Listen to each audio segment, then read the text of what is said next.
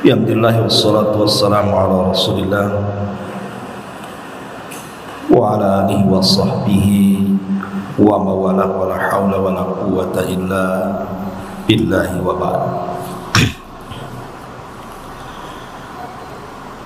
Alhamdulillah, di pagi ini kita bisa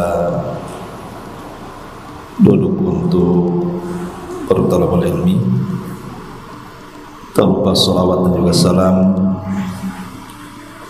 kita hadiahkan kepada Rasul kita Nabi besar Muhammad sallallahu alaihi wa ala alihi wasallam.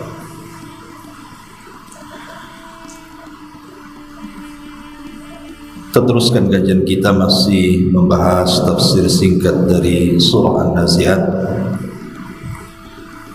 dan kita masuk pada surah ke-15 dan seterusnya. A'udzu billahi minasyaitonir rajim. Bismillahirrahmanirrahim. Hal ataka hadithu Musa idh nadahu rabbuhu bil wadil muqaddasi tuwa idhhab ila fir'auna innahu tagha faqul hal laka ila an tazakka wa ahdiyaka ila rabbika fatahsha fa'arahu al-ayata al-kubra fakadzdzaba wa asa thumma adbara yas'a fahashara fanada faqala ana rabbukumul a'la fa'akhadahu Allahu nakala al-akhirati wal ula inna fi dzalika la ibratan liman yahsha.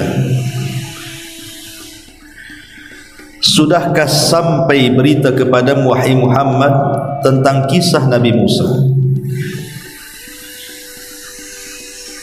ketika Rabbnya memanggil Musa di lembah suci yang disebut lembah tua? Pergilah engkau kepada Fir'aun, sesungguhnya dia telah melampaui batas. Katakan kepadanya, adakah keinginanmu untuk membersihkan diri dari kesesatan? Dan engkau akan kubimbing ke jalan Rabbmu agar engkau takut kepadanya. Lalu Musa memperlihatkan kepada Fir'aun mukjizat yang sangat besar. Tapi Fir'aun mendustakan dan mendurhakai Musa. Kemudian dia berpaling seraya menantang Nabi Musa. Kemudian dia mengumpulkan pembesar-pembesarnya, lalu memanggil kaumnya dan mengatakan, akulah Tuhan kalian yang paling tinggi. Maka Allah menghukumnya dengan azab di akhirat dan juga siksa dunia.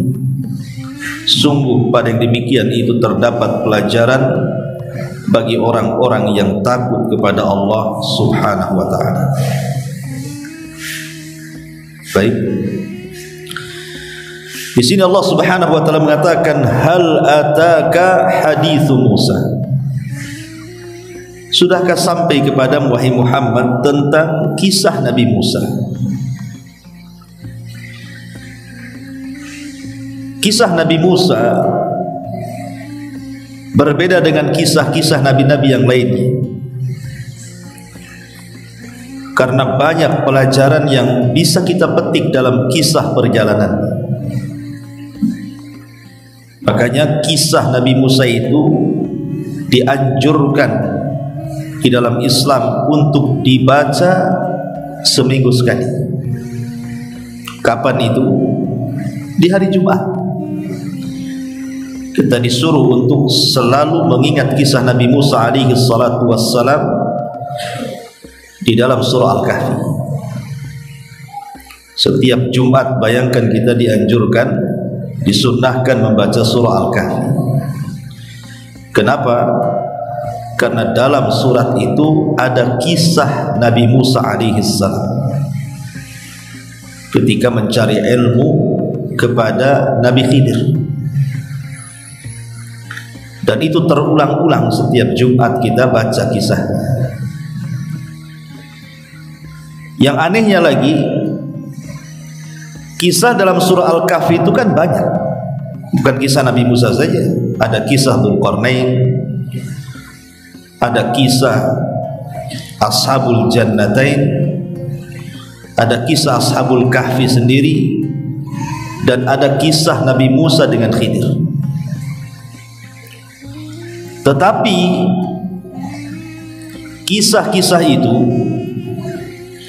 tidak diceritakan secara detail dalam hadis Nabi SAW kecuali kisah Musa dengan Khidir.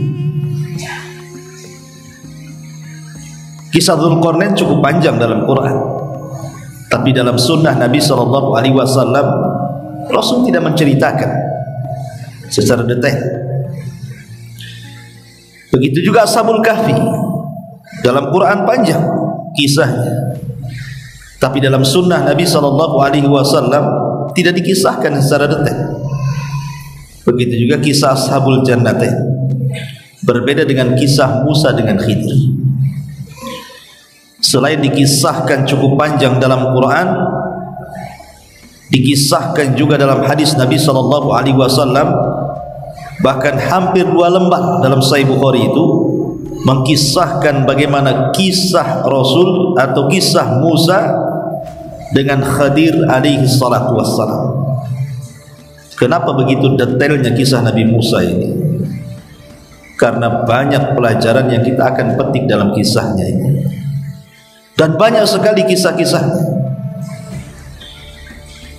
Bahkan kalau boleh dikata bahwa Al-Quran itu menceritakan 25 Nabi dan Rasul, yang paling detail itu kisah Nabi Musa.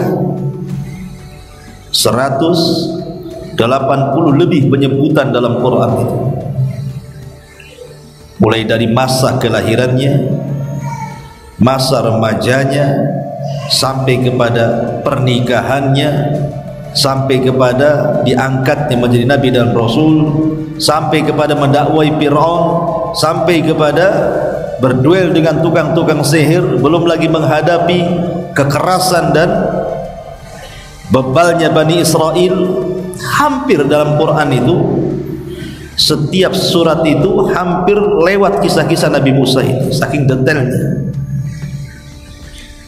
Makanya kenapa kisah Nabi Musa ini banyak erat kaitan dengan kita kaum muslimin. Di sini Allah mengatakan, hal ataka hadithu Musa, sudahkah sampai kepadamu ya Muhammad kisah Nabi Musa? Ma'asyiral muslimat yang dimuliakan Allah Azza wa Jalla, bahkan Nabi SAW sendiri pernah berjumpa dengan Nabi Musa. Kapan itu? Dalam peristiwa Isra dan Mi'raj. Nabi naik dari Masjidil Aqsa sampai ke Sidratil Muntaha, kemudian melewati setiap langit dengan para nabi. Di langit pertama Rasul berjumpa dengan siapa? Nabi Adam. Naik lagi ke langit kedua, berjumpa dengan Nabi Isa dan Yahya. Kemudian naik ke langit ketiga, berjumpa dengan siapa? Nabi Yusuf. Naik ke langit keempat, berjumpa dengan Idris. Kemudian naik ke langit kelima, berjumpa dengan Harun. Naik langit keenam, berjumpa dengan Musa. Baru yang terakhir berjumpa dengan Ibrahim di langit ketujuh. Artinya Nabi SAW pernah berjumpa dengan Nabi Musa di langit ke-6. Bahkan ketika kemudian Nabi SAW diperkenalkan oleh Jibril dengan Musa, apa kata Musa? Awaqad uhiya ilaihi, apakah Nabi yang ditunggu-tunggu di akhir zaman itu sudah dibangkitkan? Artinya semua para Nabi itu mereka mengetahui akan kebangkitan Nabi kita Muhammad sallallahu alaihi wasallam, bahwa nanti di akhir zaman ada nabi yang akan diutus dan itu sebagai penutup para nabi. Maka bahasa Musa kepada Rasul, awaqad uhiya ilai, apakah sudah diwahyukan kepadanya, sudah diangkat, sudah muncul gitu ya. Ya, katanya. Maka Musa mengatakan, marhaban bi akhin salih wa nabiyyin salih, selamat datang saudaraku yang baik dan nabi yang baik. Kemudian Musa alaihi salatu wasallam tiba-tiba menangis melihat Nabi. Kemudian Rasul heran, kenapa dia melihat aku menangis? Maka Jibril kemudian memberitahu bahwa Musa berkata, ketika dia menangis, kok ada orang yang datang belakangan dan dia lebih muda dibandingkan diriku dan usianya lebih singkat dibandingkan diriku, tapi mempunyai umat lebih banyak masuk surga dibandingkan umatku. Jadi umat Nabi SAW adalah umat yang terbanyak masuk surga dibandingkan umat-umat sebelum Nabi SAW. Makanya Musa alaihissalam dikiranya dialah umat terbanyak. Seperti ketika Nabi SAW dimimpikan, kemudian dilihatnya ada sekelompok kaum yang sangat besar pada hari kiamat. Kata Nabi SAW, fadhanantu annahum ummati, kusangka itu umatku. Tapi Jibril mengatakan bukan, itu adalah Musa dan kaumnya. Baru melirik ke daerah lain, ke tempat lain, rupanya ada kaum yang jauh lebih besar dibandingkan kaum Musa. Kata Jibril, itulah umatmu yang sebelah sana. Tapi dari sekian banyak umatmu itu ada 70.000 orang yang masuk surga tanpa hisab dan adab. Lah Musa alaihi salam menangis karena enggak nyangka kok ada anak muda datang belakangan, waktu dakwanya singkat, tapi umatnya lebih banyak dibandingkan umat Musa, dan umatnya lebih banyak masuk surga dibandingkan umat Nabi Musa alaihi salatu wassalam. Itulah kenapa Musa alaihi salatu wassalam menangis. Ma'asyiral muslimat yang dimuliakan Allah Azza wa Jalla, apalagi Nabi Musa alaihi salatu wassalam kan usianya jauh lebih panjang dibandingkan usia Nabi. Karena umat-umat dulu itu kita tidak meragukan usia mereka jauh lebih panjang, bukan hanya usia saja, postur-postur tubuhnya pun mereka lebih besar dan lebih tinggi kan. Adam alaihi salatu wassalam bapak kita aja 60 hasta atau 30 meter. Dan Rasul mengatakan maka umat setelahnya akan semakin pendek posturnya, semakin pendek posturnya, semakin sedikit usianya, semakin sedikit usianya, maka seperti kita rasakan tinggi kita ya segitu-gini saja kan gitu. Dan usia umat kita juga, umat Rasul sallallahu alaihi wasallam hanya berkisar 60 sampai 70. Tapi umat dulu panjang-panjang. Bahkan ada seorang ibu menangisi putrinya yang meninggal. Kemudian ketika ditanya berapa usia putrimu, dia mengatakan 60 tahun. Jadi 60 tahun itu masih kecil zaman itu kan. Sekarang 60 tahun dan nenek-nenek lah kan. Zaman dulu kan masih anak-anak 60 tahun itu. Karena usia orang dulu kan panjang-panjang. Secara logika usia yang panjang itu kan ada kesempatan untuk berdakwah dan memperbanyak pengikut. Dan usia Nabi SAW dalam berdakwah tidak lama, hanya 23 tahun saja kan. 13 tahun di kota Mekah, 10 tahun di kota Madinah. Tapi lihat hasilnya, umat Rasul lebih banyak jauh jumlahnya dibandingkan umat Musa, dan lebih banyak yang masuk surga dibandingkan umat Musa alaihi salatu wassalam. Makanya Musa alaihi salatu wassalam menangis karena kok bisa ada umat yang datang belakangan, umatnya kok lebih banyak. Kemudian Nabi SAW Mi'raj sampai ke Sidratil Muntaha. Kemudian Allah Subhanahu wa taala mensyariatkan 50 waktu salat. Coba bayangkan Bu, kalau 50 waktu salat itu betul-betul disyariatkan kepada kita, mungkin setiap 20 menit salat, 20 menit salat, kan begitu. Kapan Ibu istirahatnya? Lagi enak-enak tidur baru 20 menit bangun sholat. Kalau 50 kali kan.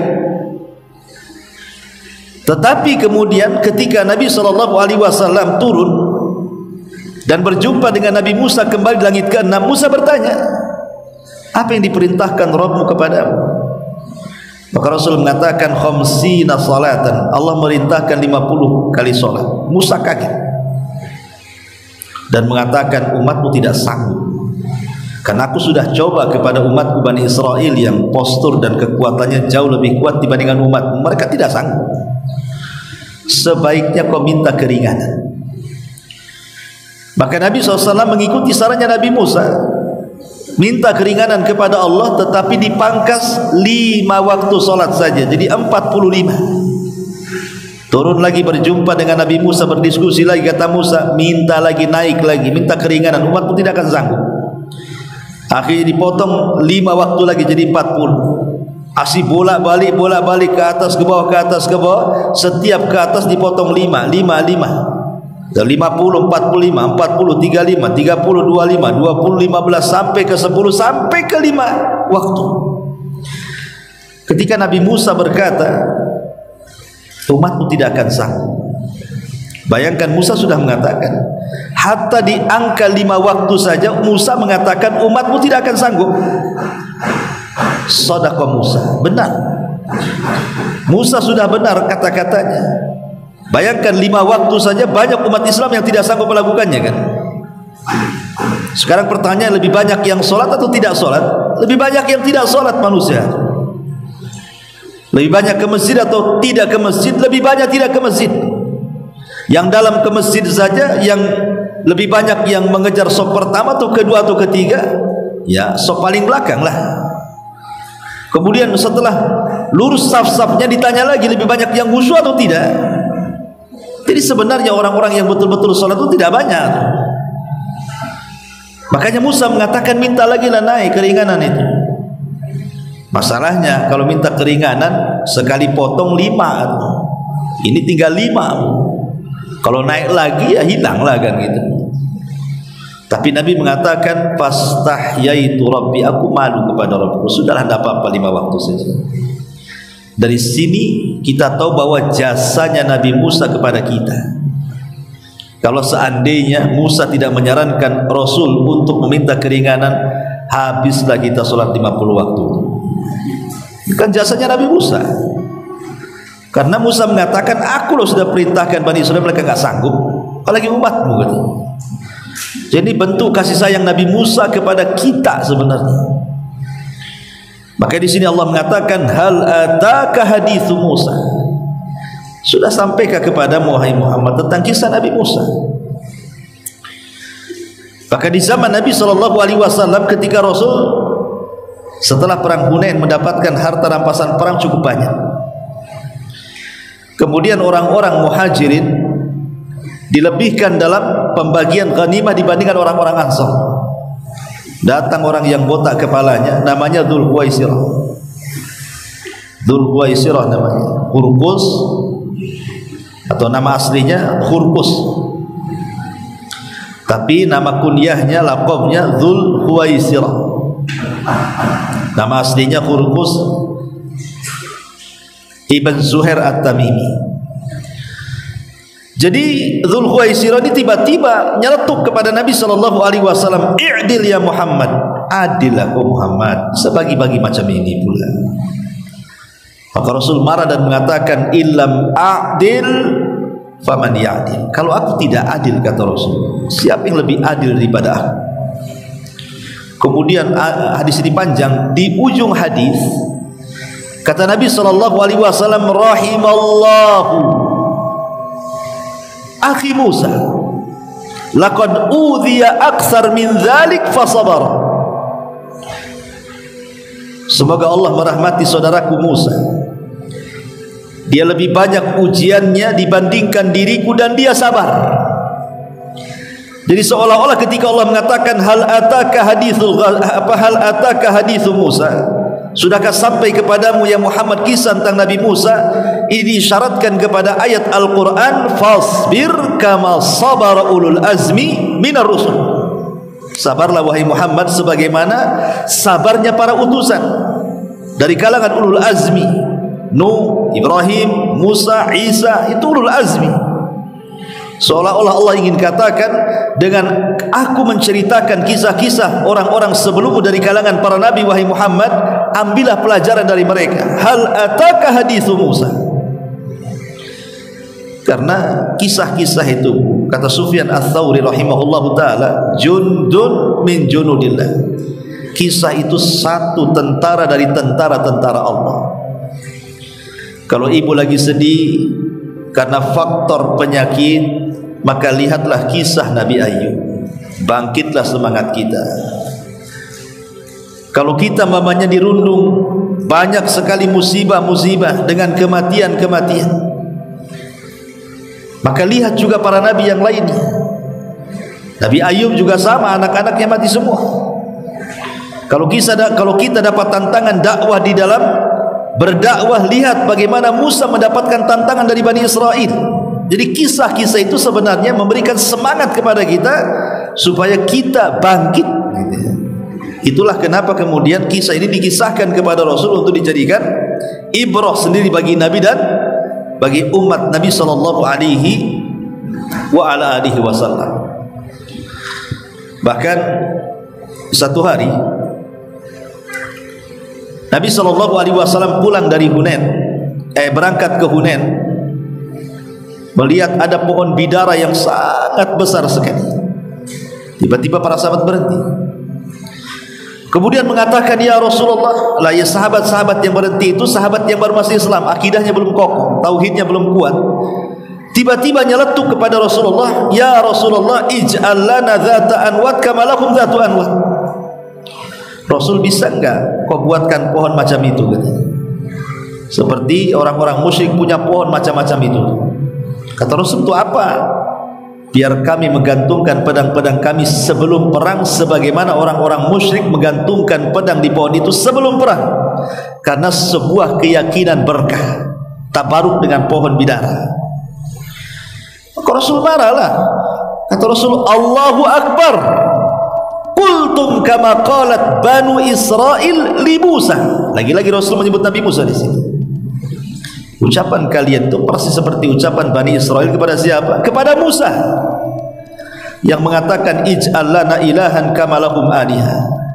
Ketika Bani Israel baru diseberangkan dari Laut Merah dan mereka melihat Fir'aun ditenggelamkan, kemudian lewat di sebuah kampung penyembah berhala. Tiba-tiba ngomong Bani Israel kepada Musa, ya Musa, jadikan berhala seperti itu, katanya. Musa mengatakan, Allahu Akbar, innakum qaumun tajhalun. Kalian ini umat yang jahil, yang bodoh. Udah dikasih hidayah mau sesat pula, kan? Tapi lihat syahidnya Rasul menyebut-nyebut Nabi Musa di sini. Kan nabi-nabi itu banyak.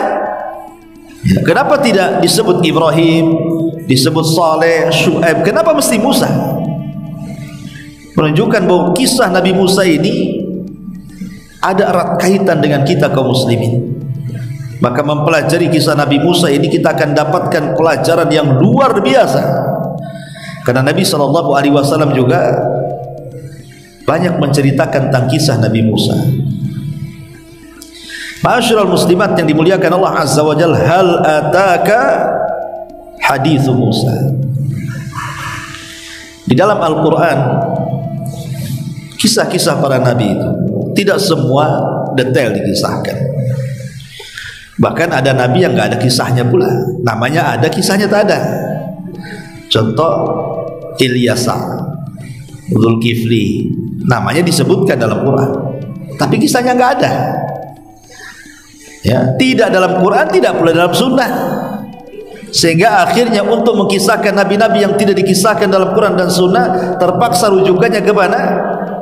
Kepada kitab Taurat, Perjanjian Lama, kan kisah-kisah Israiliyat jadinya. Lah, Nabi Musa, Nabi Ibrahim, Nabi Yusuf itu cukup detail tuh. Tapi ada yang kisahnya global-global saja. Syuaib, Soleh, itu kan Nabi Syuaib, Nabi Soleh kan kisahnya global saja, tidak dikisahkan detail. Tapi seperti Ibrahim cukup detail, Nabi Yusuf bahkan satu surat ya kan, cukup detail. Tapi yang paling detail dalam Quran itu adalah kisah Nabi Musa. Tidak ada kisah para nabi yang jauh lebih detail, lengkap dari kecil dewasa sampai tua kecuali kisah Nabi Musa. Salah satunya dalam surah An-Nazi'at ini. Hal ataka hadithu Musa. Sudahkah sampai kepadamu kisah Nabi Musa alaihi salatu wassalam? Idh nadahu rabbuhu bil wadil muqaddasi tuwa. Ketika Tuhanmu, ketika Rabbmu memanggil Nabi Musa di lembah suci, yaitu lembah tua. Di mana lembah tua ini? Ada yang mengatakan lembah tua itu di sebuah gunung namanya Sinai, atau disebut dengan Gunung Musa, dan itu terletak di semenanjung Sinai, Mesir. Jadi letaknya di Mesir. Ini satu pendapat. Pendapat yang kedua, maksudnya bukit tua itu artinya Bukit Tursina, terletak di barat daya Syam, yang kemudian orang-orang menyebutnya dengan Jabal Zaitun, Gunung Zaitun. Dan kalau itu yang dimaksud bukit tua adalah Jabal Zaitun, berarti berada di sekitar Baitul Maqdis, artinya masih wilayah Palestina, bukan di Mesir. Ya, ini pendapat yang kedua. Pendapat yang ketiga, dan di versinya orang-orang Yahudi, bahwa bukit tua itu tempat Musa berbincang dengan Allah Azza wa Jal adalah di selatan Nablus. Di selatan Nablus itu ada gunung namanya Tur, masih Palestina sebenarnya, masih daerah Palestina juga. Jadi disitulah kemudian orang-orang Yahudi menganggap bahwa disitulah Nabi Musa alaihi salatu wassalam mendapatkan wahyu, di lembah tua. Jadi di sini ada tiga pendapat. Satu, yang dimaksud lembah tua itu artinya Gunung Sinai, dan Gunung Sinai itu disebut dengan gunungnya Musa, dan itu terletak di Mesir. Yang kedua, yang dimaksud di sini bukit tua adalah Tursina, terletak di barat daya Syam. Di situ ada gunung namanya Jabal Zaitun.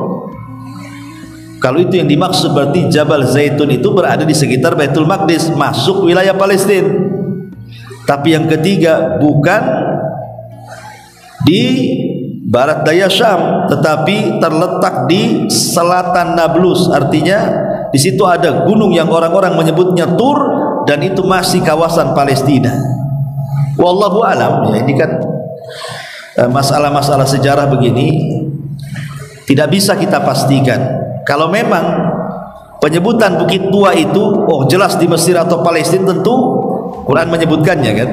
Ketika Quran tidak menyebutkan, hanya menyebutkan bukit tua, berarti penyebutan secara detail tidak penting, karena Quran itu bukan kitab sejarah harus detail sekali kan gitu. Quran itu kitab hidayah, cukup poin-poinnya, maka itulah Quran menyebutkannya. Ma'asyiral muslimat yang dimuliakan Allah Azza wa Jalla, di sini Allah mengatakan idh nadahu rabbuhu bil wadil muqaddas tuwa. Ketika Tuhan mau memanggil Musa di lembah suci yang disebut dengan lembah tua. Kapan ini terjadinya? Jadi ketika Nabi Musa alaihi salatu wassalam lari atau melarikan diri dari Mesir karena dia membunuh seorang anak muda Kipti, maka dia keluar dari Mesir menuju tanah Arab, daratan Madian. Disitulah ketemu jodohnya, seorang wanita dari putra rajulun soleh, orang yang sangat soleh, namanya Syuaib. Syuaib ini menjadi perselisihan ulama menurut ahli kitab. Syuaib di sini artinya nabi, ya Nabi Syuaib ma'ruf. Berarti kalau itu yang dimaksud, berarti Musa menikahi salah satu putri Nabi Syuaib.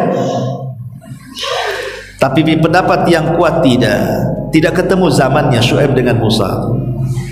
Sehingga yang dimaksud Syuaib di situ artinya hanya orang soleh saja, orang baik yang ada di Madian, kebetulan punya 2 putri. Lah salah satunya dinikahi Nabi Musa alaihi salatu wassalam. Setelah hampir 10 tahun kurang lebih Musa berada di Madian dan punya anak juga. Akhirnya Musa mengajak keluarganya untuk pulang ke Mesir. Dari mana? Dari Madian menuju Mesir.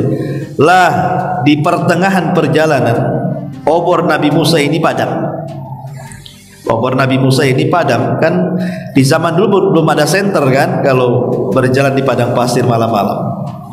Jadi kalau obornya mati, ya tidak bisa melanjutkan perjalanan, gelap. Nanti nabrak sana, nabrak sini, masuk jurang, masuk bukit, kan nggak tahu kita. Makanya mereka berhenti dulu. Lah ketika berhenti itulah, maka kemudian Allah Subhanahu Wa Taala berfirman dalam surah Tohanya. Apa kata Allah Subhanahu Wa Taala dalam surah Toha itu? Sebaiknya engkau tunggu di sini wahai keluargaku, aku akan mencari api atau bertanya kepada orang kemana jalan pulang. Tapi tidak mendapatkan apapun kecuali dia melihat sebuah pohon zaitun ada api tapi tidak membakar pohonnya. Jadi pohonnya, apinya itu ada dalam pohon itu, tapi satu ranting pohon pun tidak terbakar. Makin didekati makin gede apinya, makin didekati makin gede apinya. Tiba-tiba dikejutkan dengan suara dari balik api di pohon zaitun ini dan mengatakan, innani ana rabbuk fakhla na'laika innaka bil wadil muqaddasi tuwa. Tiba-tiba ada yang bicara. Rupanya yang bicara itu siapa? Allah Subhanahu Wa Taala. Sungguh aku adalah Tuhan, maka lepaskan kedua sandalmu karena engkau berada di lembah yang disucikan. Maka Musa melepas sandalnya. Ya. Kemudian Allah Subhanahu Wa Taala mengatakan, wa ana akhtartuka fasma' lima yuha. Aku telah memilih engkau hai Musa untuk menjadi nabi dan rasul, maka dengarkan apa yang akan diwahyukan kepadamu. Innani anallah la ilaha illa ana fa'budni wa aqimis salata li dzikri.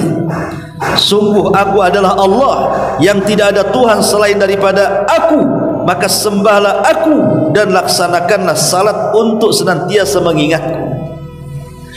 Dari sini resmilah Musa didaulat menjadi seorang nabi, didaulat jadi seorang nabi dan rasul.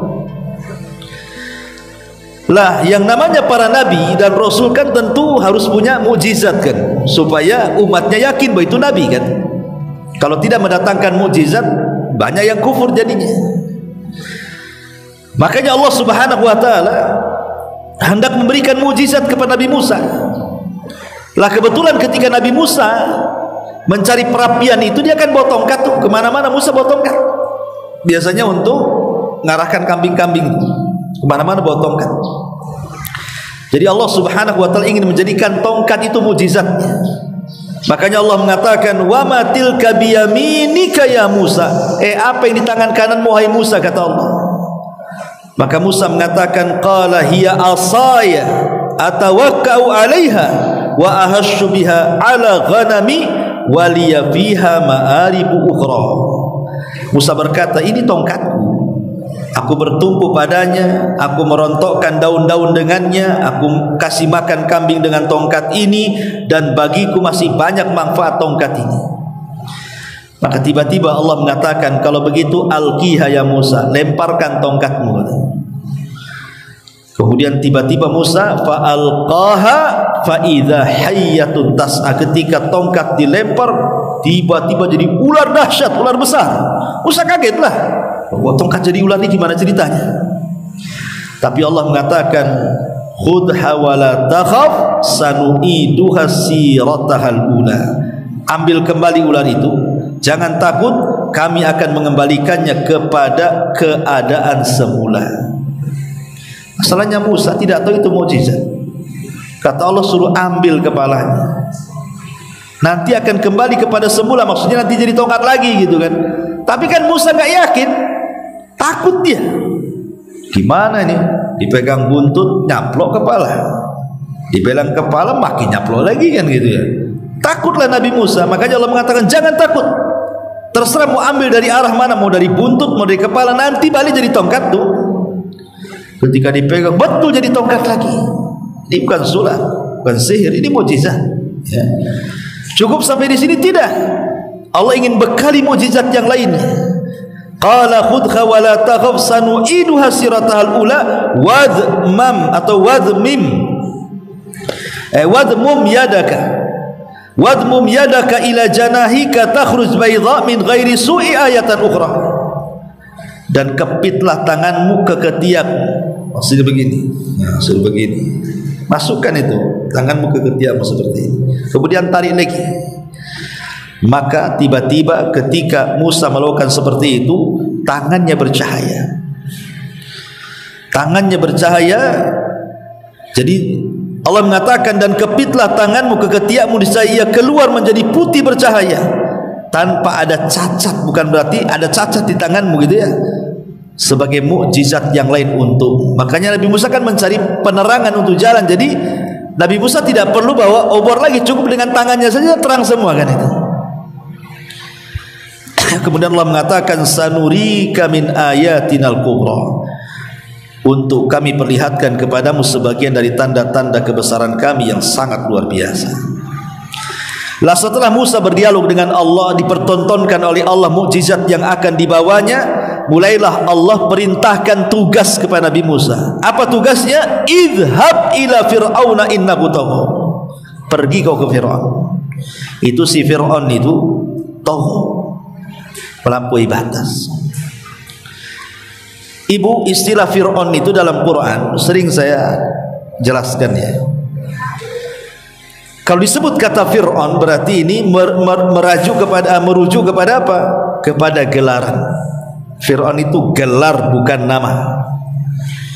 Dia gelar bagi seorang raja yang pernah berkuasa di Mesir. Maka siapapun yang pernah berkuasa di Mesir disebut Fir'aun. Sehingga Fir'aun itu bukan satu orang tapi banyak orang. Fir'aun 1, Fir'aun 2, Fir'aun 3, begitulah. Sama dengan kalau orang-orang Persia menyebut rajanya Kisra, orang-orang Romawi menyebut rajanya Kaisar, orang-orang Yaman menyebut rajanya Tubah, orang-orang Ethiopia menyebut rajanya Najasyi. Lah orang-orang Mesir menyebut rajanya Fir'aun. Tapi siapa Fir'aun ini? Dan kalau Allah menyebut kata Fir'aun dalam Quran, berarti yang dimaksud Fir'aun di zaman Nabi Musa. Karena di zaman Nabi Ibrahim ada Fir'aun juga, di zaman Nabi Yusuf ada Fir'aun juga. Tapi kalau disebutkan kata Fir'aun dalam Quran, berarti bercerita tentang Fir'aunnya Nabi Musa. Tidak ada kaitan dengan Fir'aun Nabi Yusuf, tidak di zaman Nabi Yusuf atau di zaman Nabi Ibrahim. Ma'asyiral muslimat yang dimuliakan Allah Azza wa Jalla, ada 3 pendapat ulama. Yang pertama, siapa Fir'aun di sini? Menurut peneliti Yahudi, Fir'aun yang dimaksud Fir'aun Nabi Musa adalah putra daripada Akhnatun. Jadi ada orang namanya Akhnatun, itu pernah berkuasa di Mesir dengan kejayaannya. Kemudian punya putra Akhnatun namanya Tut-an-Khu'amun. Tut-an-Khu'amun namanya. Itulah putra daripada Akhnatun. Itulah yang dimaksud Fir'aun di zaman Nabi Musa, Tut-an-Khu'amun ini. Tetapi versi Yahudi, Tut-an-Khu'amun ini tidak mati tenggelam, tapi mati karena dipukul kepalanya oleh Nabi Musa. Makanya sebab pukulan Nabi Musa itu meninggal dia. Buktinya apa? Buktinya muminya Fir'aun yang ada di Mesir. Di Mesir kan ada mumi Fir'aun tuh, ya. Lihat kepalanya, di situ ada coakan. Nah itu berarti Fir'aun itu tidak mati tenggelam, tapi mati dipukul kepala. Itu versi Yahudi. Tapi tentu kita umat Islam menolak, karena jelas-jelas Quran mengatakan Fir'aun itu mati di lautan, bukan mati dipukul kepala gitu maksudnya ya. Tapi ini kan pendapat. Pendapat yang kedua, maksudnya Fir'aun di sini adalah Ramsis Ats-Tsani. Jadi jasad Fir'aun yang ditemukan di Mesir yang sekarang dimumikan itu adalah Ramses yang kedua. Ramses pertama kakeknya. Ramses itu diambil dari kata Ramses pertama itu kakeknya. Jadi kakeknya itu punya anak laki-laki, jadi Fir'aun juga. Kemudian punya anak dua, yang menjadi putra mahkota adalah anak pertama, tapi di usia 14 tahun meninggal. Cucu Ramses pertama ini meninggal. Kemudian cucu kedua hidup. Itulah yang kemudian mewarisi tahtanya bapaknya. Dan rupanya setelah dia berkuasa, kekuasaan Mesir makin meluas dan semakin kuat. Makanya kemudian karena kekuatannya sama dengan kakeknya, maka disebut kakeknya Ramses pertama, cucunya Ramses kedua. Itulah yang ditemukan di Mesir. Konon ya seperti itu ya. Ma'asyiral muslimat yang dimuliakan Allah Subhanahu wa taala. Ada juga yang berpendapat lain bahwa yang dimaksud Fir'aun di zaman itu adalah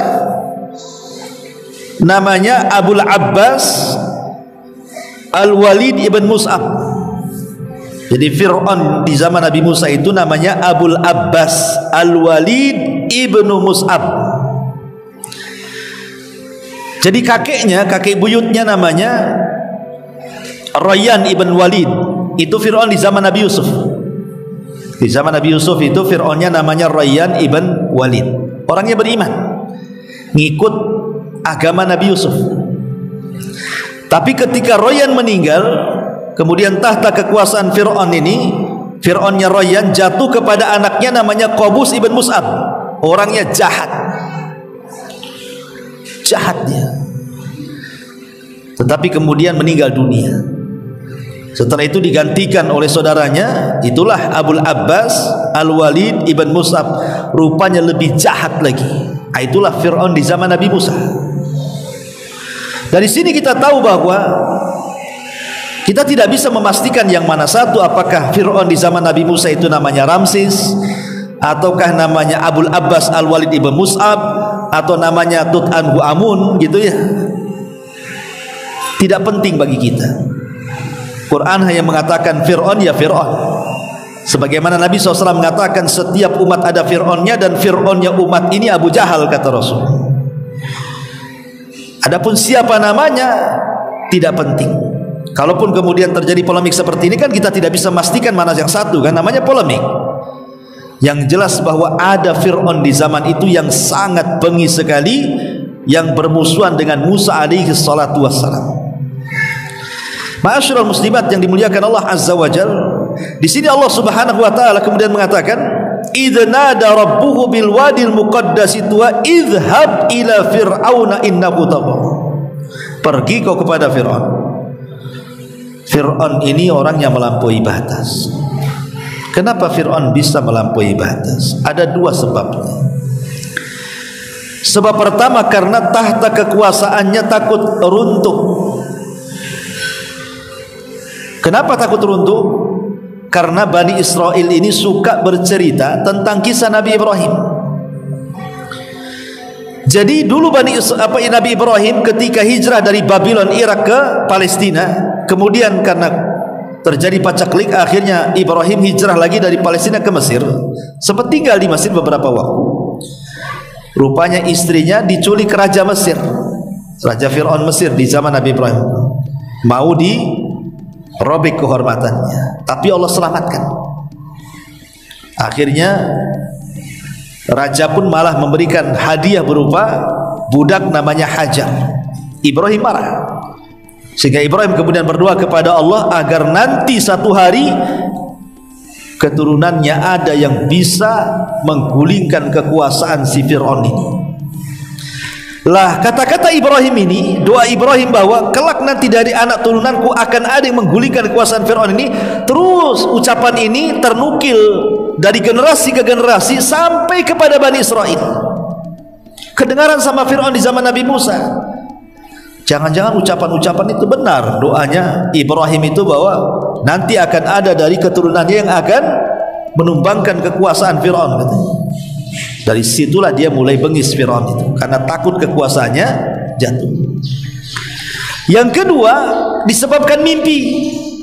Jadi dalam mimpinya kemudian Fir'aun melihat ada api dari Palestina, kemudian merayap sampai ke Mesir, membakar semua kota dan semua negara kecuali perkampungan Bani Israel, tidak tersentuh api itu. Kemudian ketika bangun besoknya tidur mimpi itu lagi, bangun besoknya mimpi itu lagi, berkali-kali. Akhirnya Fir'aun pun mengumpulkan penasihat spiritualnya, para dukunnya, para peramalnya. Ini apa takwil mimpiku kok berulang-ulang kayak gini nih ya. Maka kemudian mereka pun sepakat bahwa akan lahir dari Bani Israel yang akan menumbangkan kekuasaanmu. Dari dua penyebab inilah Fir'aun menjadi togoh, melampaui batas. Mulailah dia melakukan pembantaian sesuka hati, dan dia mengaku dirinya sebagai Tuhan di hadapan rakyatnya. Ana rabbukumul a'la, kata, saya Rabb kalian yang paling tinggi, kata. Ma'asyiral muslimat yang dimuliakan Allah Azza wa Jalla. Kemudian faqul halaka ila an tazakka, maka katakanlah kepada Fir'aun, adakah keinginanmu untuk membersihkan dirimu dari kesesatan? Jadi sebenarnya ketika Nabi Musa alaihi salatu wassalam hendak berangkat ke Fir'aun itu, Musa ketakutan, takut kalau dakwahnya ditolak, apalagi pernah punya kasus di Mesir kan. Jadi Musa alaihi salatu wassalam melirik abangnya. Siapa abangnya? Harun ya. Dia mulai melirik abangnya. Kenapa kemudian dilirik abangnya? Karena Harun ini berbeda dengan Musa. Dia punya kecerdasan, cara bicara yang fasih, orator, cocok untuk dibawa ke Nabi, berdialog dengan Fir'aun. Maka dari situ kemudian Musa alaihi salatu wassalam mengatakan, waj'al li waziran min ahli, ya Rabb, jadikanlah untukku seorang pembantu dalam berdakwah dari keluargaku. Harun akhi, kalau bisa Harun saudaraku. Usdud bihi azri, teguhkanlah kekuatanku dengan adanya Harun. Wa asyriku fi amri, jadikanlah dia teman dalam segala urusanku. Kai nusabbihaka katsira wa nadhkuruka katsira innaka kunta bina basira, dan jadikanlah dia sebagai teman dalam urusanku, agar kami banyak bertasbih kepadamu dan banyak mengingatmu. Sesungguhnya engkau maha melihat dalam kondisi kami ya Rabb. Maka Allah mengatakan, qad utita su'laka ya Musa, sungguh telah kuperkenankan permintaan wahai Musa. Walaqad mananna 'alaika marratan ukhra, dan sungguh kami telah memberi nikmat kepadamu pada kesempatan sebelum ini. Maka akhirnya Harun pun diangkat jadi nabi berkat permintaanmu Musa. Jadi Harun itu jadi nabi karena Musa yang minta, supaya menemani dia berdakwah kan. Disitulah kemudian berangkatlah Musa dengan Harun menghadap Fir'aun.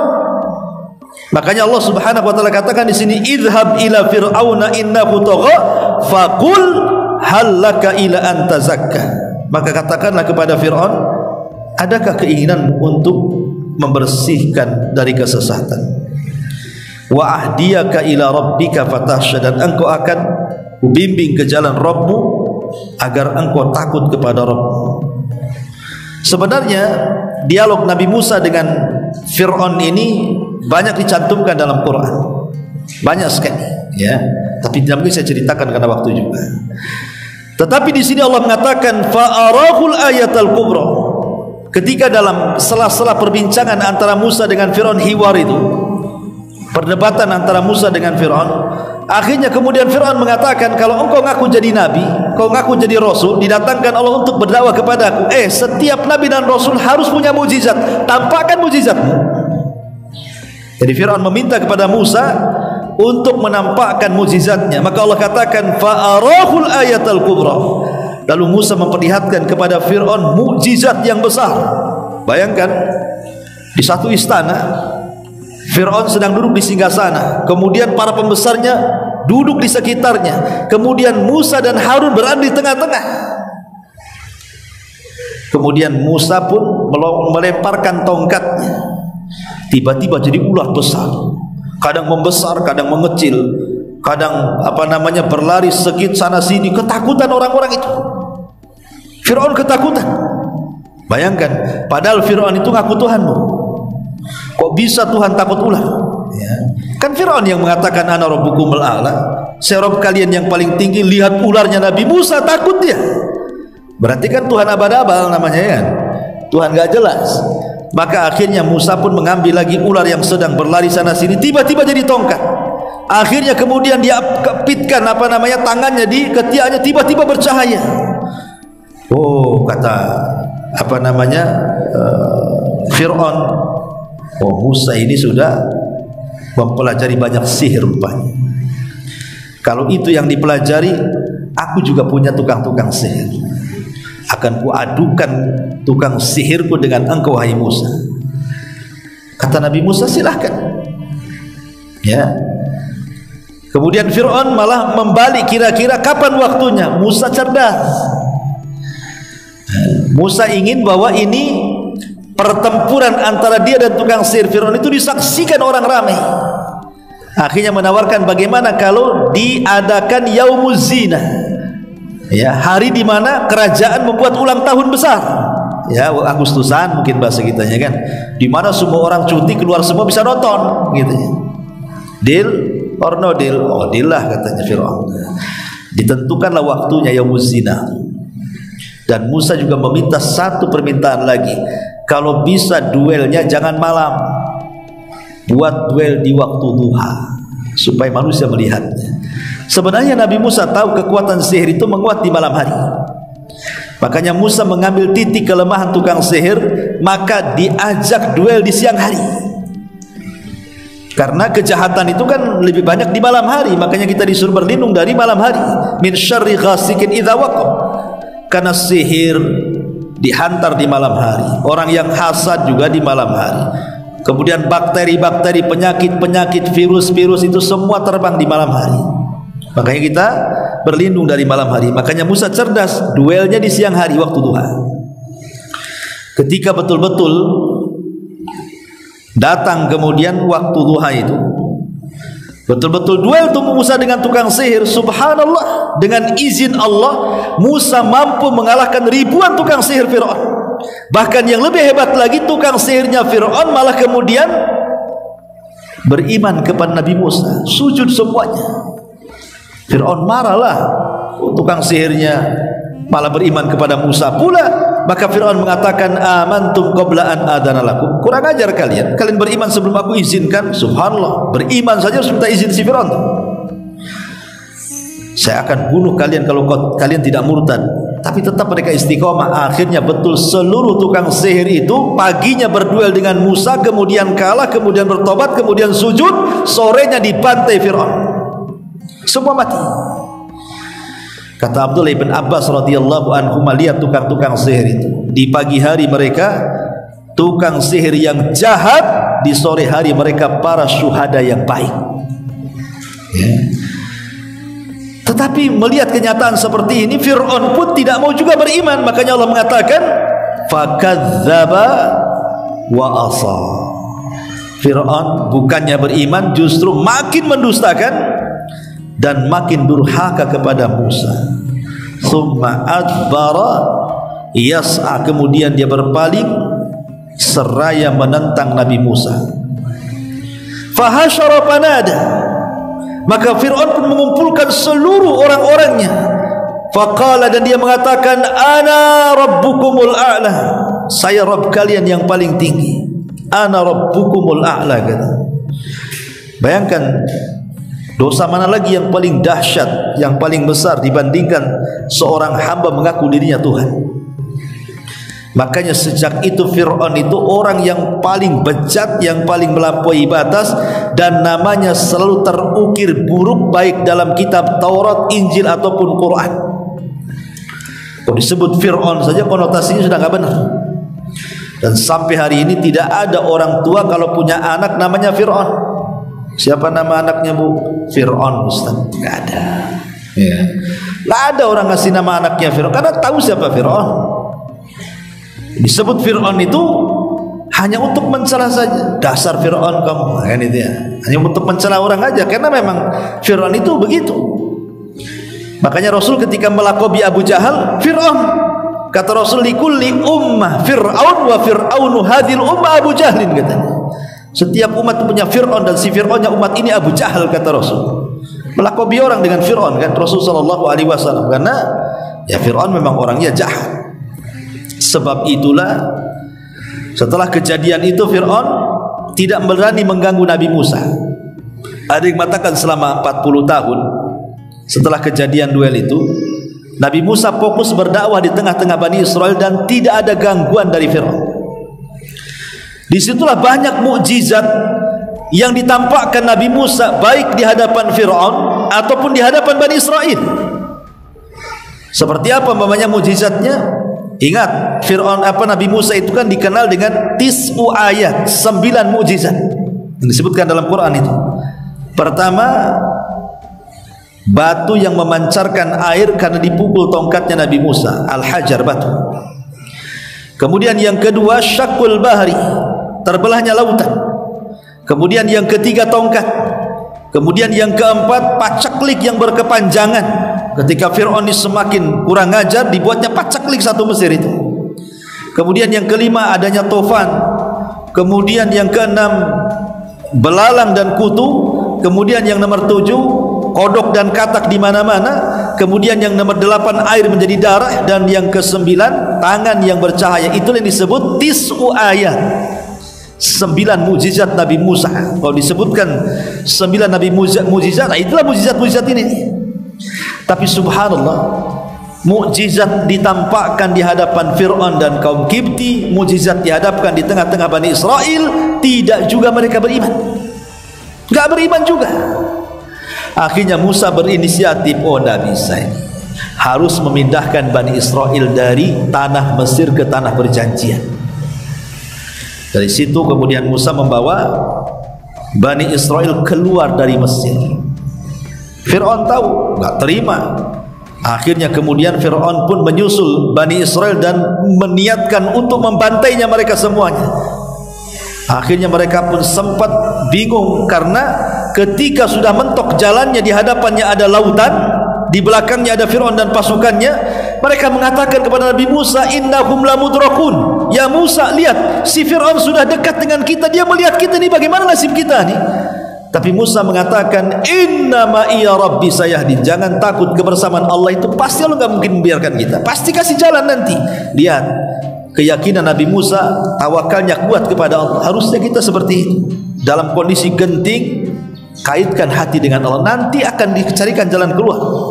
Ini kan dalam kondisi genting nih, di belakang Fir'aun dan pasukannya, di depan pula lautan, nyawa mereka terancam. Ini kan genting namanya.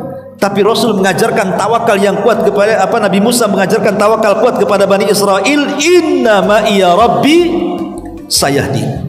Ingat kebersamaan kita dengan Allah, Allah pasti akan carikan jalan keluar. Kenapa yakin kali Musa akan selamat? Coba. Karena Musa mengingat waktu kecil.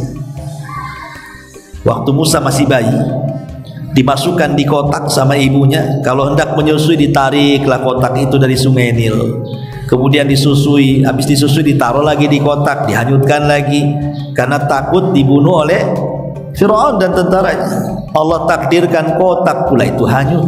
Kotak itu dibuat bukan dengan perhitungan, karena memang kotak itu asal-asalan dibuatnya.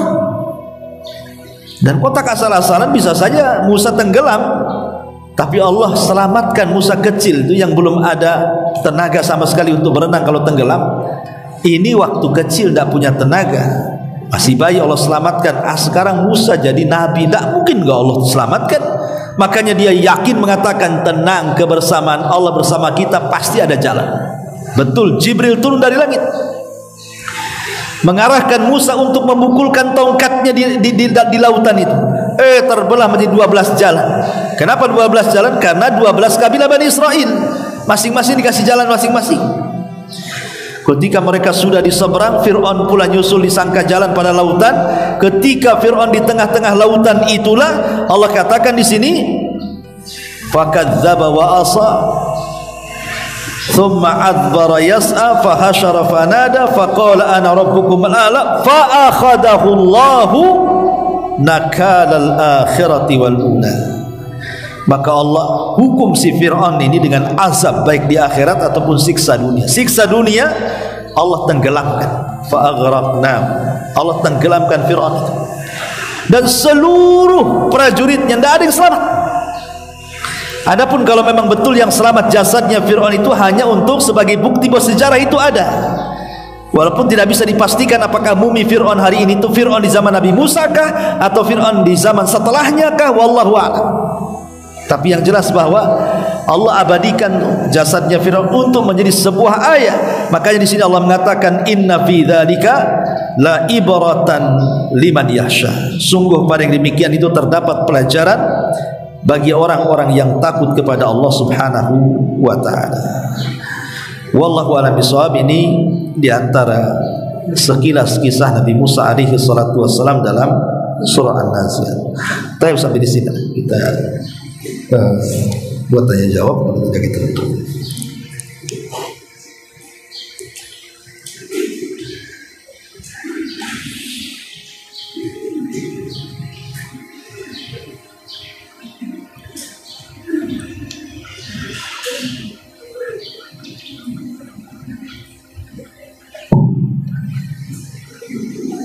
Assalamualaikum Ustaz. Waalaikumsalam. Ada dua pertanyaan. Yang pertama, tadi dibisakan Ustaz dan kita sudah membaca bahwa kisahnya Nabi Musa ini paling banyak di dalam Al-Quran, Ustaz. Iya. Terus tadi Ustaz juga ada singgung masalah kisah Nabi Musa di kitab selain kitab Al-Quran.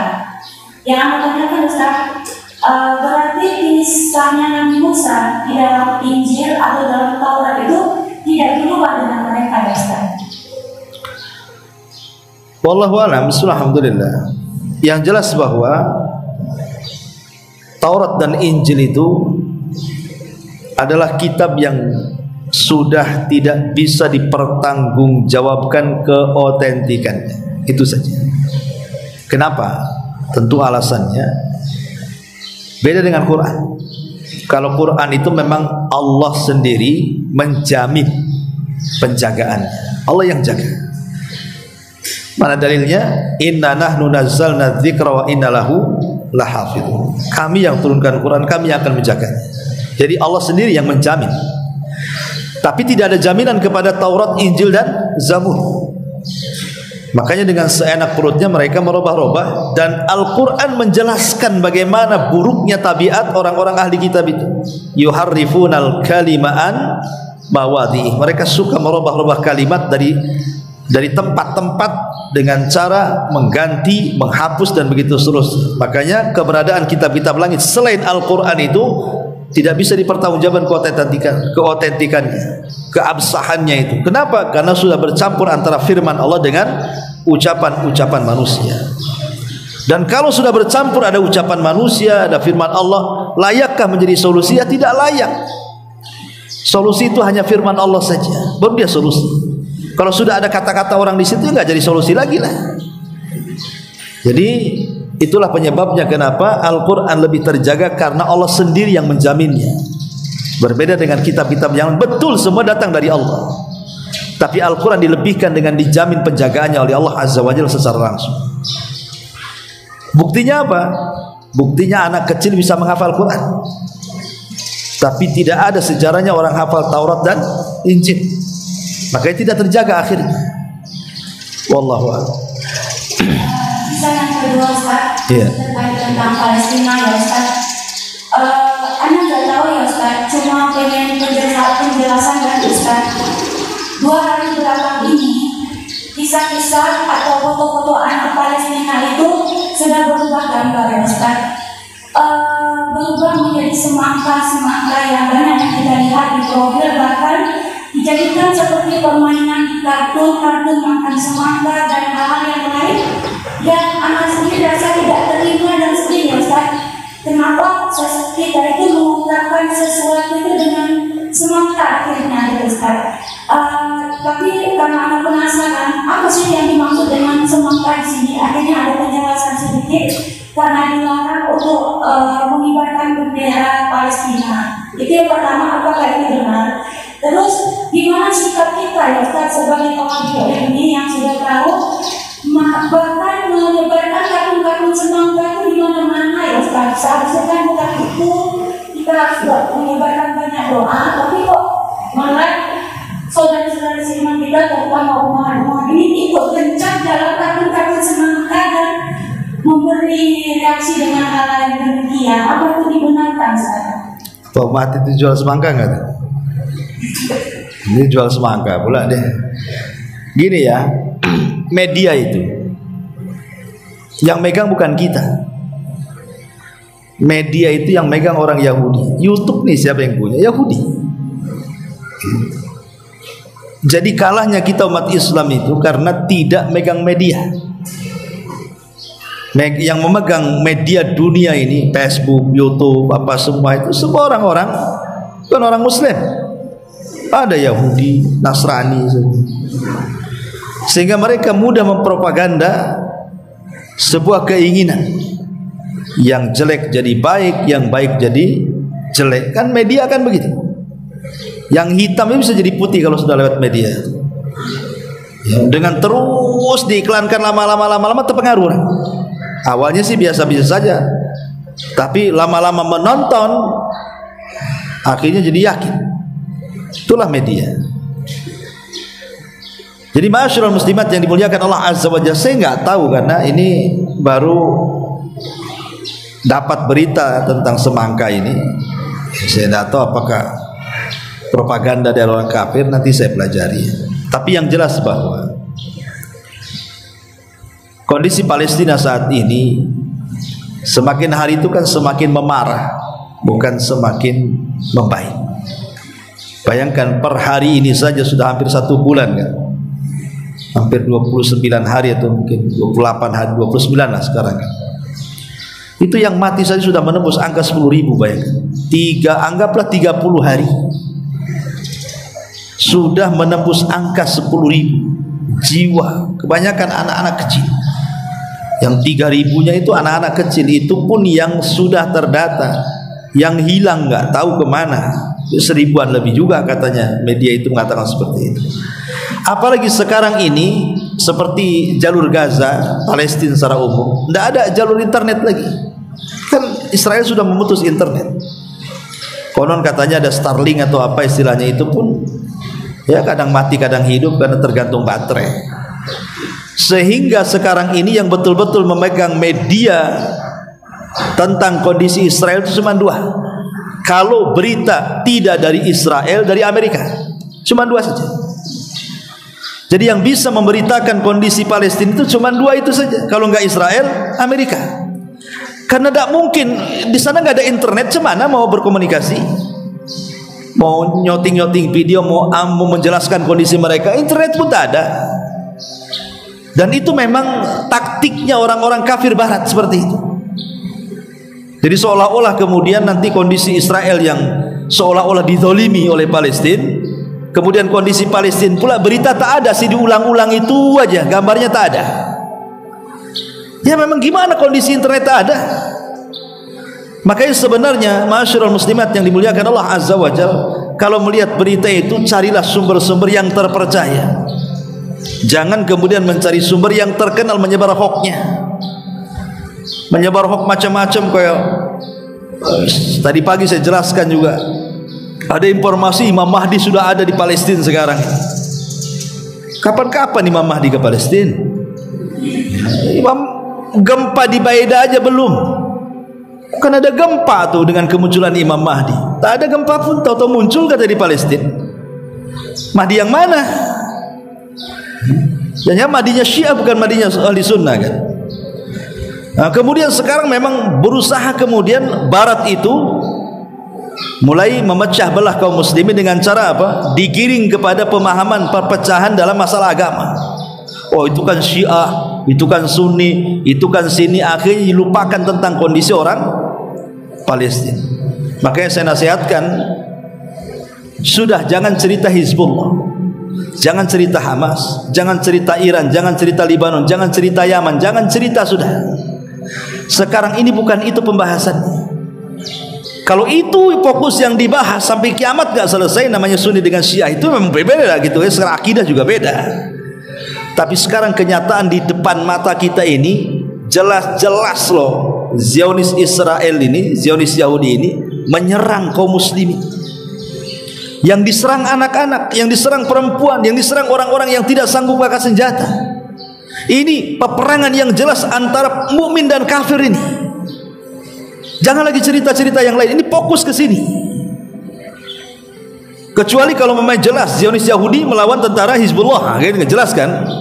Atau hanya melawan Hamas saja, tidak ada sipil masuk-masuk di situ. Tapi tidak, Israel ini udah gila. Yang diserang itu membabi buta, ada semuanya sekarang ini. Yang salah Hamas karena katanya nyerang duluan, tapi yang jadi korban warga sipil. Dan ini nggak tanggung-tanggung dalam sejarah nih. Sebulan 10.000 jiwa tuh, bayangkan. Subhanallah. Makanya para ulama fatwakan seperti Syekh Utsman Khamis baru-baru ini berfatwakan, sudah jangan meruncingkan kepada perselisihan antara Sunni dan Syiah di sini. Sekarang pikirkan nasib kaum muslimin yang ada di Palestina. Mereka butuh kita, butuh doa kita. Kita bersyukur kepada Allah. Mereka sudah menjaga Baitul Maqdis, menjaga Masjidil Aqsa yang kita tidak bisa menjaga. Mereka yang jaga, kita ini nggak jaga di sini. Dan kalau seandainya kita jaga Masjidil Aqsa seperti mereka, saya kira kita nggak sanggup. Karena orang sana itu sudah terbiasa seperti itu, penyiksaan, pembunuhan, pengeboman dari zaman ke zaman sudah biasa. Anak-anaknya pun sudah didoktrin seperti itu kan. Kalau kita hidup di sana tak was-was saja hari-hari. Makanya kita berterima kasih kepada mereka. Lah sebagai bentuk terima kasih sekarang saudara kita dibantai, kita doakan mereka. Kita doakan mereka supaya Allah berikan perlindungan, penjagaan, Allah kalahkan orang Zionis Yahudi, Allah lindungi warga Palestina, dan Allah menangkan para mujahidin di sana, dan begitu seterusnya. Nanti kalau sudah merdeka, menang, itulah urusan Hizbullah, urusan nantilah dibahas, itu ada sendiri pembahasannya para ulama yang akan bicara. Tapi bagi kita kaum muslimin, maka kita katakan bahwa mereka saudara kita dan kita saudara mereka. Dan sesama saudara harus saling membantu. Innamal muslimuna ikhwatun. Muslim itu bersaudara. Ya, jadi lupakan soal semangka. Ya, sudah fokuskan doa. Kemudian kalau bisa kita kirim dana, donasi-donasi kita kepada tentu tempat-tempat yang amanah ya. Karena biasanya ada oknum-oknum tertentu, mereka mengolek dana-dana Palestina, rupanya tidak sampai ke Palestina, sampai pula ke pesak dia. Jadi cari lembaga-lembaga yang aman seperti pemerintah atau lembaga-lembaga yang Masya Allah sudah kita yakini kalau kita donasi kita sampai donasi kepada orang seperti itu. Dan sering saya katakan jangan ikut-ikut menyebar berita hoax. Ya. Wallahu a'lam. Ustaz, iya. Boleh sedikit Ustaz, tadi kan secara global ya Ustaz bilang jangan kita bicarakan masalah semangka ya Ustaz. Yeah. Ini kan Instagramnya dilihat oleh semua umat Ustaz. Maksudnya boleh satu kedua kata untuk mengatakan bahwa umat kita ini jangan sibuk dengan kartun-kartun semangka yang seolah-olah jadi permainan sekarang Ustaz. Jadi itu yang membuat kita sedih. Lalu dibuat semangka dan kalau makan semangka anak-anak kartun itu jadi kok yang sudah berilmu seperti itu gitu Ustaz. Jadi mungkin nasihat dari Instagram ini umat itu bukan. Sekarang apa maksudnya dengan kartun-kartun? Apakah dengan kartun itu menyumbang kepada kaum muslimin yang ada di Palestina? Atau apa maksudnya? Dan kartun-kartun ini juga ini kan berupa film ataupun gambar, itu pun nanti jadi pembahasan sendiri itu. Kartun itu adalah hukumnya, dari segi hukum kartun itu ada sendiri kan. Jadi sesuatu yang tidak ada manfaatnya tinggalkan. Tadi pagi saya ceritakan tentang kisah Salahuddin Al-Ayyubi. Ini penting, saya ulas lagi. Jadi Salahuddin Al-Ayyubi pernah ditanya, kenapa engkau tidak tertawa wahai Salahuddin? Maka Salahuddin Al-Ayyubi mengatakan, bagaimana mungkin aku tertawa sementara saudara-saudaraku dibantai di Palestina, di negeri kaum muslimin. Kemudian Al-Quds, Masjidil Aqsa dikuasai oleh Salabiyin, orang-orang salib, karena ketika itu yang menguasai orang Nasrani, lain kalau sekarang Yahudi. Dan aku malu kalau seandainya aku tertawa, aku malu kepada Allah ketika melihat saudara-saudara kita disakiti di sana. Artinya bagaimana Salahuddin Al-Ayyubi mengajarkan kepada kita harus lebih banyak hati ini jangan keras, ada empati kepada saudara kita. Jadi betul-betul hati kita ini lembut melihat saudara-saudara kita. Kemudian Salahuddin mendengar bahwa orang-orang Salibi ini mereka memutus perjanjian dengan umat Islam. Dengan cara apa? Menghadang jemaah-jemaah haji yang lewat, kemudian dibunuh orang-orangnya, dirampas hartanya, kemudian juga dilecehkan kehormatannya, dan begitu seterusnya. Dan dikatakan kepada para jemaah haji yang dirusak itu, yang dihadang, dirampok, dibunuh itu, kata Al-Akhnat, Raja Nasrani di zaman itu mengatakan, katakan oleh kalian, Aina bi Muhammadikum, di mana Muhammad kalian? Hal sayukhallisukum, apakah dia akan menolong kalian? Mana Muhammad kalian? Ketika mendengar kata-kata itu Salahuddin Al-Ayyubi marah. Kemudian satu malam dia bertahajud dan mengatakan, ya Allah, aku sudah dengar kata-kata ini, berikan izin kepadaku, aku ingin menggantikan posisi Muhammad Rasul untuk membela umat. Maka keesokan harinya dikumpulkan pasukan yang besar, kemudian dikatakan kepada pasukannya, sudikah kalian membela Nabi kalian, membela agama kalian, membela umat kalian? Orang-orang Salibi mengatakan, mana Muhammad kalian? Apakah dia akan datang menolong kalian? Maka kita jawab, ya, kita sebagai wakil daripada Muhammad. Siapa di antara kalian yang ingin ikut jihad, bergabunglah. Semua pasukan bertakbir dan mengatakan, nahnu fida'u Muhammadin sallallahu alaihi wasallam, kami siap menebus jiwa-jiwa kami untuk Muhammad sallallahu alaihi wasallam. Serbunya Al-Quds dalam waktu singkat-singkatnya tumbang orang Nasrani. Dan yang mengatakan mana Muhammad, apakah dia datang menolong kalian, ditangkap, dimasukkan ke dalam tendanya. Kata Salahuddin Al-Ayyubi, engkau yang mengatakan mana Muhammad kalian, apakah dia akan datang menolong kalian? Maka tiba-tiba dia mengatakan iya, langsung dihunus pedang, dipenggal kepalanya.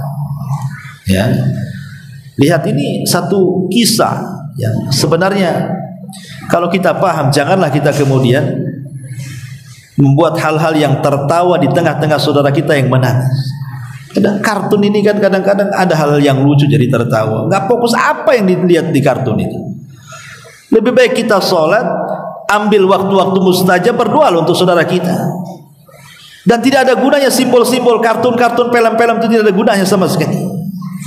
Bukan itu yang dibutuhkan, karena itu melalaikan. Bukan makin mengingatkan kepada saudara kita, justru dengan cara seperti itu malah melalaikan. Kadang tujuan baik belum tentu baik itu. Makanya kemudian saya nasihatkan, sudah yang jelas-jelas saja, yang jelas-jelas saja, berdoa, bantu donasi, dan juga ambil waktu-waktu yang mustajab. Wallahu a'lam. Sudah hampir setengah 11, mudah-mudahan ada manfaatnya. Ya, subhanaka bihamdika asyhadu an la ilaha illa anta astaghfiruka wa atubu ilaik.